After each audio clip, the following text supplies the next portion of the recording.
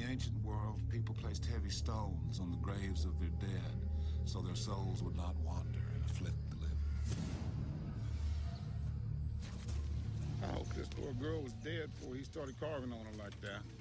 But I was about to learn that the dead can hover on the edge of our vision with the density and luminosity of mist. Yesterday somebody raped and murdered a 19-year-old girl.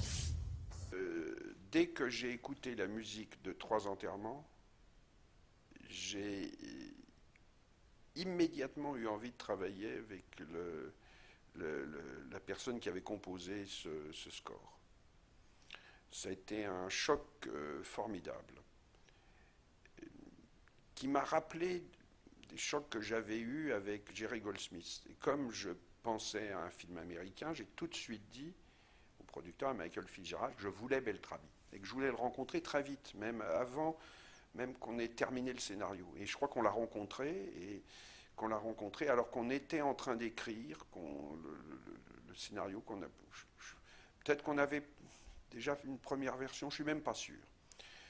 Mais, et lui, ça l'a beaucoup touché. Il m'a dit, c'est la première fois qu'un metteur en scène m'appelle si tôt dans un film, parce que la plupart du temps, on attend que le film soit monté, presque mixé, avant de me le montrer.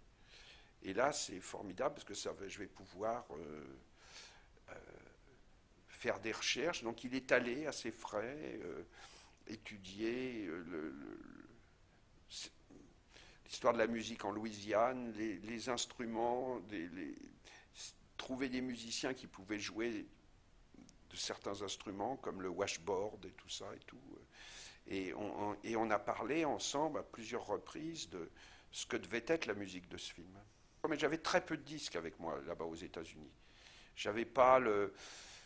Et puis il n'y avait pas de marchand il n'y avait pas d'endroit où je pouvais aller acheter des disques. Il fallait les commander sur Amazon. Et ça, je trouve que c'est moins bien parce qu'on commande des disques qu'on ne connaît pas forcément, ils ne vont pas forcément convenir. Oui, je me rappelle que j'avais mis la musique de Citizen Kane de Bernard Herrmann sur les condamnés, les confédérés, la découverte du camp. Je savais que je voulais mettre certaines chansons, comme J'ai passé devant ta porte sur l'accident du camion, que la découverte de la Nouvelle-Orléans marchait avec I'm Coming Home. Ça, je l'avais, mais pratiquement avant le tournage, tout ça.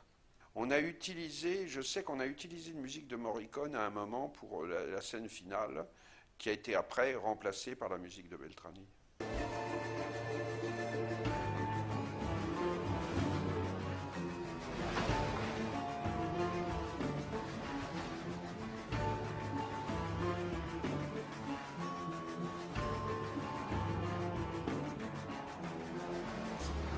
Avec Beltrami, moi j'ai eu des rapports comme à peu près les mêmes qu'avec des musiciens français. Ça s'est super bien passé et je trouve que son travail est exceptionnel. Quand je lui avais demandé de me trouver une musique qui ne soit pas binaire, mais qui traduise l'obstination de Robichaud à mener ses enquêtes, les deux enquêtes, et puis qu'il y ait des thèmes qui aient l'air de lier le passé comme ça qui s'ouvre avec le présent qui est plus angoissant.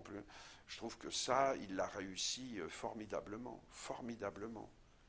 Ce côté un peu carrousel de revenir, puis l'obstinato derrière en figure rythmique, je trouvais très réussi, très réussi. Vraiment très tôt, j'ai eu dans le film, j'ai eu Pauline et Rendez-moi Pauline et J'ai passé devant ta porte. Ensuite, j'ai eu des Zydeco, que ce soit Clifton Chenier ou Nathan Williams. Je voulais le Slow Horse and Fast Woman de Nathan Williams, que je trouvais, qui est Nathan and his Zydeco Cha-Cha. Je trouve que c'est un très bon accordéoniste de Zydeco. Et puis, je tenais à Béchette. Je tenais beaucoup à Béchette parce qu'on avait parlé avec Burke et il me disait que Robichaud écoutait du jazz créole. Et Béchette, c'est le génie du jazz créole. Donc j'ai mis cet air de Béchette, ce blues où Béchette joue avec Albert Nicolas.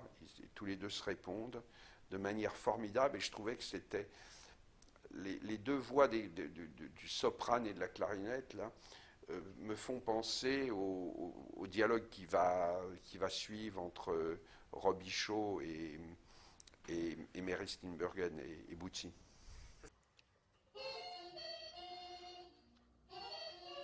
No word from Amber? No, man, not a word. I'm a heartbreak baby. And I'm running your door. I'm a heartbreak woman. La musique qu'on entend en Louisiane, la musique populaire, elle est à base d'accordéon, c'est l'influence de la musique française, qui après a été transposée soit dans la musique cajun, avec des violons, soit alors mêlée à de la musique noire américaine, devient le zydeco. Il y a un mélange de valse, de blues, de musique à danser et de musique noire très rythmée américaine. C'est moins difficile de laisser une liberté complète à un musicien quand on sent que le musicien est totalement cinéphile, qu'il a une passion pour le film et qu'il y a une compréhension. Parfois, je pense qu'Antoine regrette que sa musique passe après le film. Il voudrait qu'il n'y ait pas de bruit, qu'il n'y ait pas de son, qu'il y aurait... finalement, ce serait mieux s'il y avait... même s'il n'y avait pas d'image, ce serait mieux. Voilà, je travaille dans le cinéma. Et ça peut lui faire des erreurs. Sinon, c'est un compositeur magnifique, extraordinairement inventif, hein, mais qui souffre. D'abord, il a raison, de l'ignorance de l'ensemble de la presse par rapport aux musiciens de film, du fait que son travail, comme celui de ses collègues musiciens, est rarement analysé. Il éprouve une sorte je pense, d'amertume sur la façon dont il a été traité, avec laquelle je suis d'accord, je comprends ça. Seulement, à tort ou à raison, hein, le metteur en scène, c'est celui qui a le film dans la tête. Sard est d'abord ce qu'il dit un scénariste musical. Il pense au film. Antoine pense à sa musique. C'est pour ça qu'Antoine est très très content de faire des partitions pour le cinéma muet, pour le film muet. Parce que son ennemi un peu à Antoine, c'est la monteuse son. Il dit toujours, elle va mettre du son sur ma musique. Ça, c'est vraiment... Donc il était là à vouloir baisser les sons des locomotives sur laisser-passer. Je lui disais, mais c'est difficile, c'est important d'avoir ce bruit de ces locomotives qui est magnifique.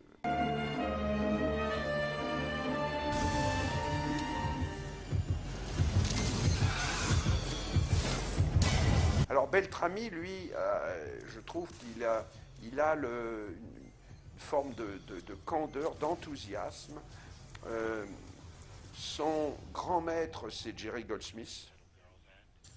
Je pense qu'il a appris de Goldsmith l'art des percussions, de travailler sur des instruments qui vont donner une couleur inédite à une écriture percussive.